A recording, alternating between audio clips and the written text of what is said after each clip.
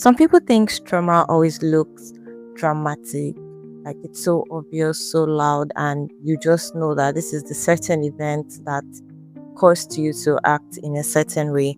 But sometimes it looks like over explaining, it looks like shutting down, and it can look like laughing through pain.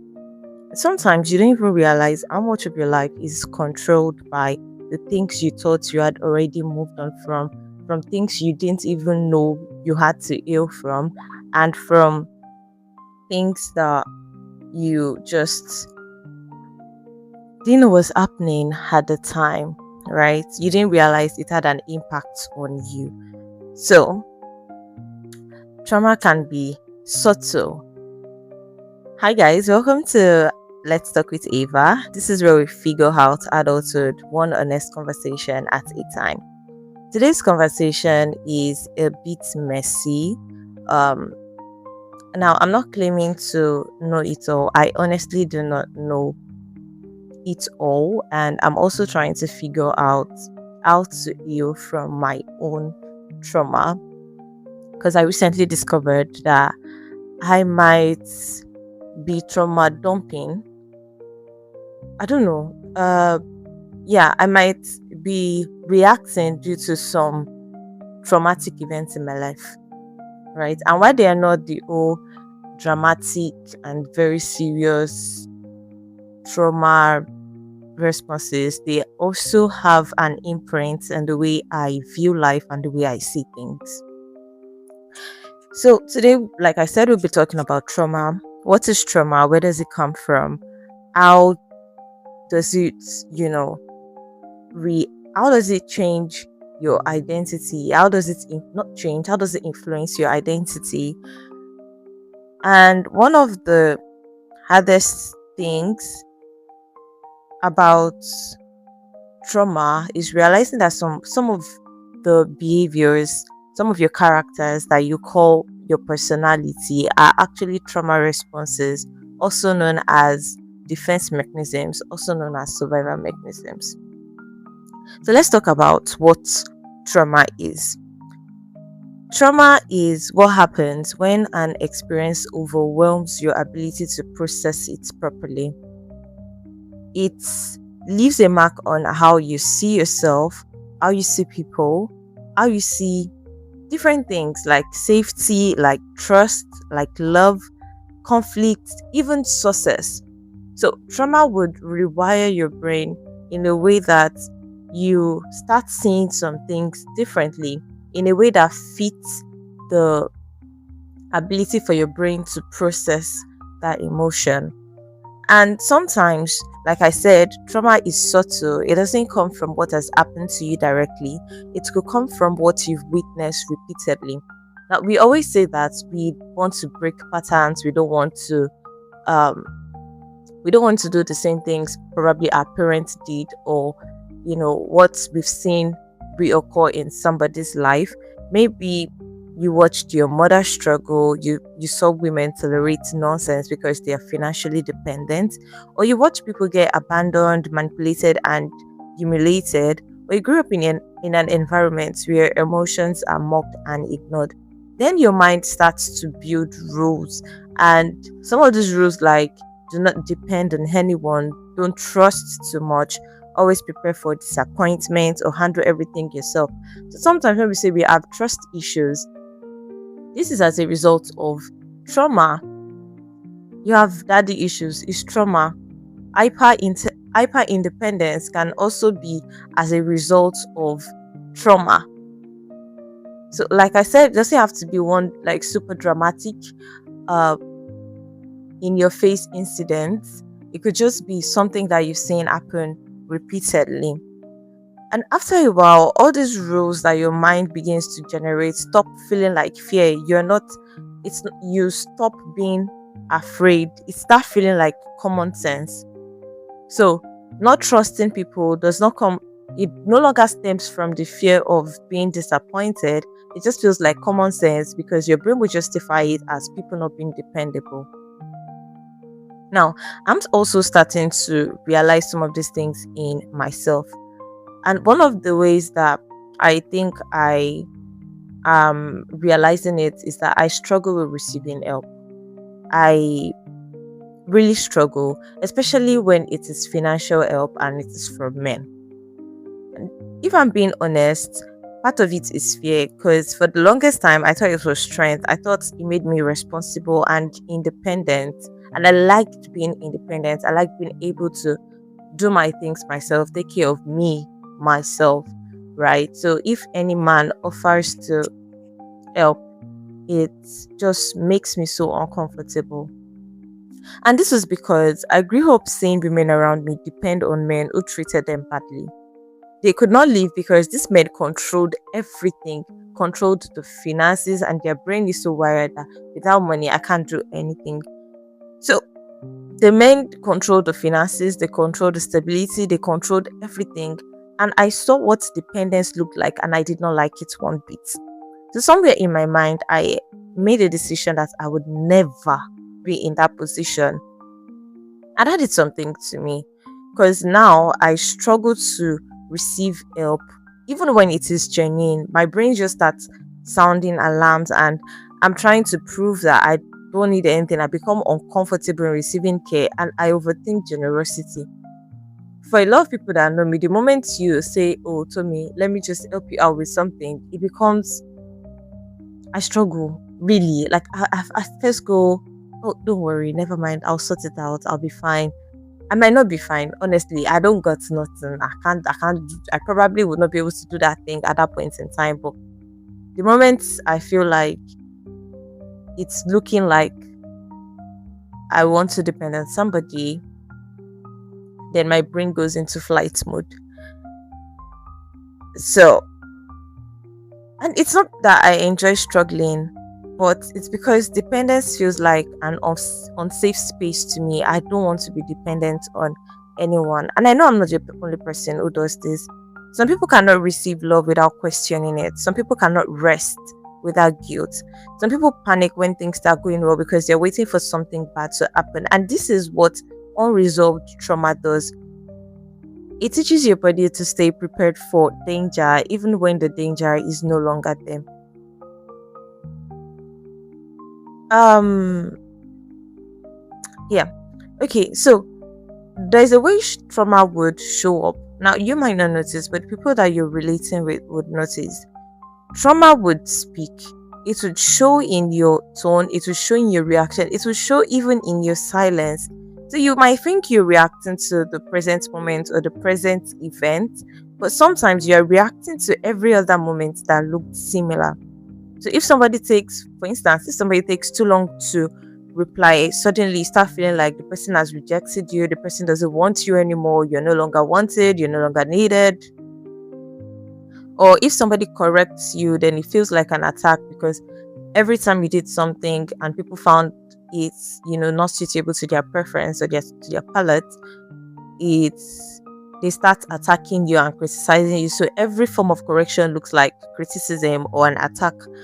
Or if somebody tries to love you well and you become suspicious instead of comforted, some people becomes um some people become avoidant, some people become clingy, some people over explain because they are scared of being misunderstood.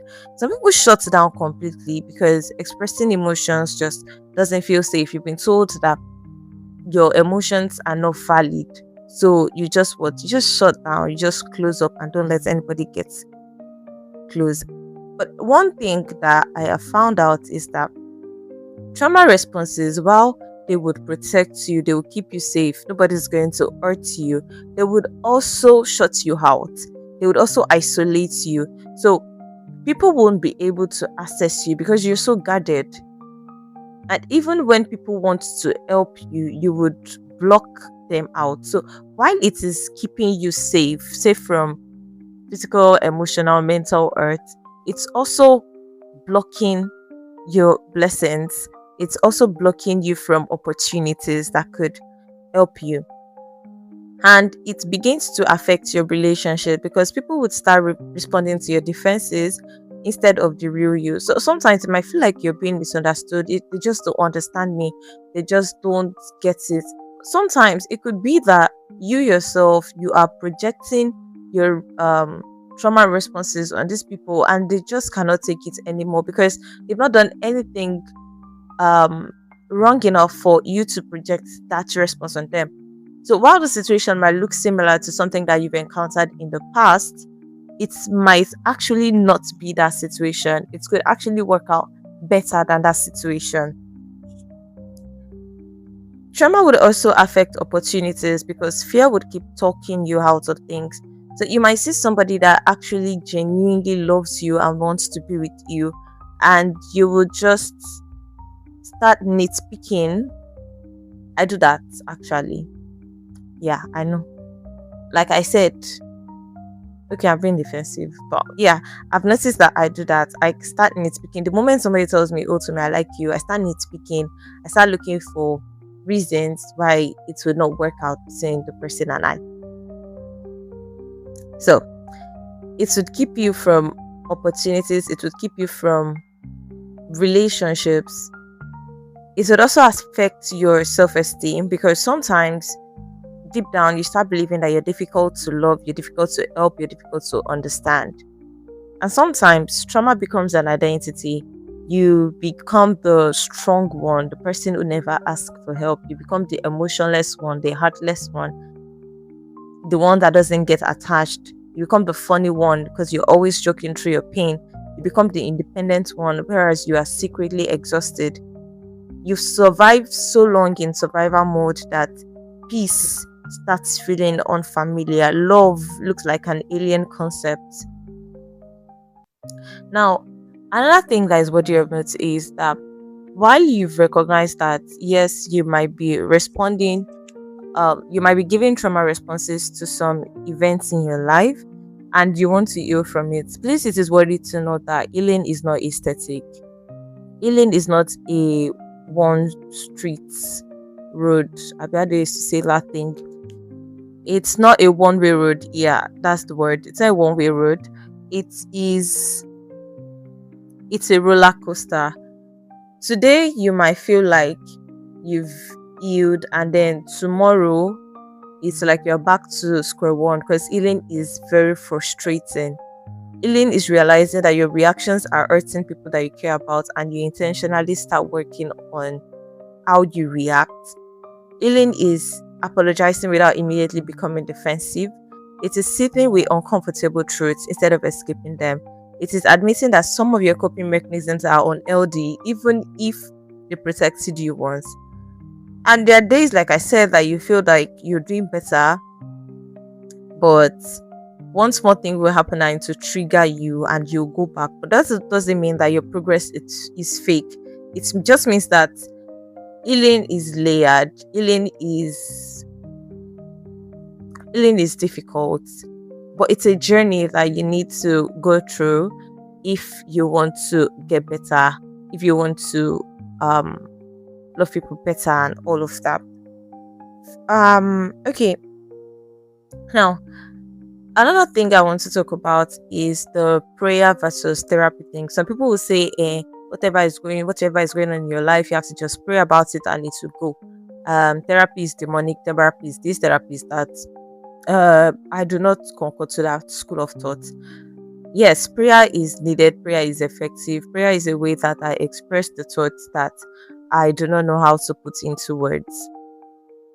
But therapy is also needed because there was a point in my life where I was going through a very dark place and I needed to talk to people. So yes, I was praying about it, but it was still weighing heavily on me. And I needed to talk to people, and there were two people that helped me out. One was a therapist, the other was a therapist. And when we talked about, when we talk, they help put things into perspectives. I started seeing things from a different angle. I know I'm a very self-aware person. In fact, if you tell me and told me you did this, I can tell you the origin of where the baby is coming from. So yes, I know I'm a self-aware person. At the same time, there are some things that it takes an outside view, someone that is not in that situation, to help you see clearly. So the two matter. Prayer would help you process things deeper than language would. There are like I said, there are emotions, there are fears, angers, exhaustion, confusion that I struggle to explain properly. Prayer gives me a place to place those things because I don't really have to put those things into words. I could just pray in tongues, I could just cry, I could just listen to music, and I'm expressing, and those things are helping me express the pain that I cannot say out. Faith helps with hope. Like the Bible says, faith is the substance of things hoped for, the evidence of things not seen. So in Christendom, believing is seeing. So it's when you believe that you see, as opposed to the worldview of seeing is believing. In Christendom, believing is seeing. So faith helps with hope. You have hope, you believe. You believe that things can get better. You believe that things can work out. You believe that you can get better. You believe that there are better things in your future, right? It helps to remind you that pain is not the full story of your life. And therapy also has its own role to play. Because sometimes, like I said, you need help identifying patterns that you've normalized. Sometimes you need someone that is trained to help you unpack years of emotional investment in survival tactics. Prayer is powerful, therapy is practical. They do not have to compete, it's not a competition. So you pray for healing, but you also do the work of healing, and that is where therapy comes in. So that is on that. And I also want to talk about how to stop trauma from controlling your life. I've identified 5 stages. Currently I am doing the work of 2. You see the other 3, they are kind of like difficult for me, but I'm going through the motions. Right. The first thing is honesty. You need to stop romanticizing unhealthy coping mechanisms because they've helped you survive once. So I recently realized that my hyper independence is actually worse than it is, because why did somebody offer to help me with something that I've been struggling with since January? And I was like, my statement was, oh, I didn't share so that you could offer to help, which was insulting, and rightfully so. It was insulting because yes, I did not ask for the help. The person offered, but the fact that he offered, while I appreciated it, in fact, I was going to carry a huge burden off of my neck. I also really feel like the help was not welcome. And I've noticed it in some other conversations that I've had where somebody tries to help me and I'm like, oh, don't worry, I'll sort it out. So, yeah, it's not LD. It's not LD. Like, I don't come this life to suffer, right? So, if I see someone that can help me, I should be able to allow them. It's not like I went to beg for the help. They offered without any strings attached. I should be able to, like, comfortably let them help. Let somebody help me.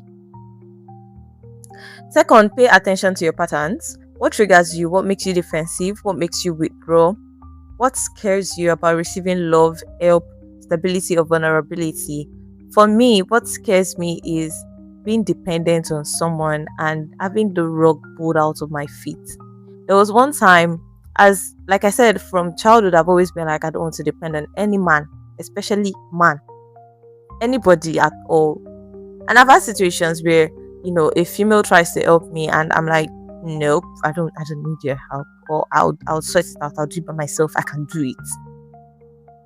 So there was a time when I was in school, I had this friend who, we eventually became friends, and this person would sometimes help out financially without me asking. So the person could say that I needed something and just get it for me. Eventually, when the friendship would break down, this person now started saying things like, he was taking care of me, I was depending on him, and it burst my brain. Like, it burst my brain. I like, from where to where? No. And this is one thing I've been trying to avoid. And then one random person just comes and starts saying that shit. So I think it now tightened my resolve not to receive help. And trust me, I'm struggling. So yeah, we need to start paying attention to our patterns. Number three is to pause, learn to pause before reacting. Like if my common sense was working, if my brain had not gone on vacation, even if I was thinking that, yeah, I did not tell you this so that you'd offer to, I was not supposed to say it out. But okay, you can't see me. I was touching my, don't worry. Anyways, yes, it's not every situation that is repeating itself, like I said before. So we need to slow down and just pause before reacting. Then fourth, I said five. Yes, so this is the fourth one. Communicate better. People cannot heal wounds that they cannot see. People cannot read wounds that they cannot see. And the one thing that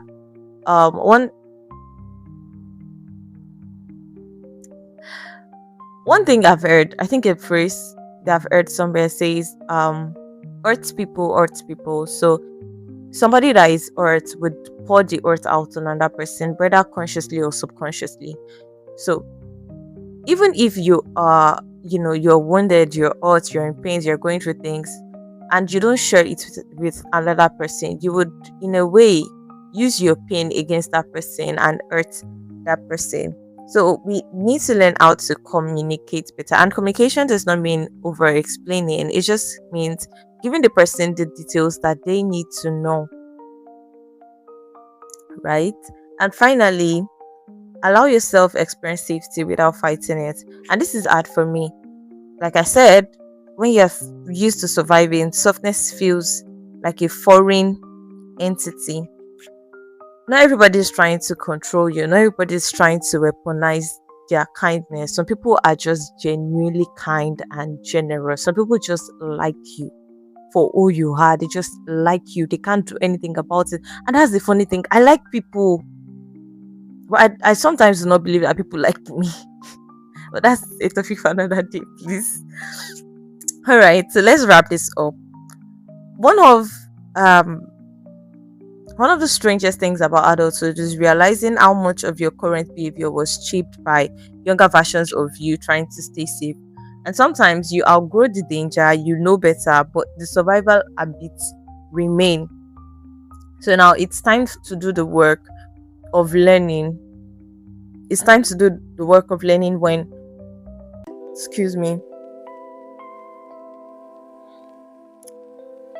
nature, please. It's time to do the work of learning when protection is necessary and when it is fear speaking, because when trauma remains untreated, it doesn't disappear. It starts to leak. It leaks into relationships, into decisions, into self-worth, into the way you love and you allow yourself to be loved. So, like me, I know I'm struggling. I know I'm really, one of my goals for, well, we are in mid fourth quarter year. This second quarter, did I say fourth quarter? But the second quarter of this year is to unlearn rejecting help.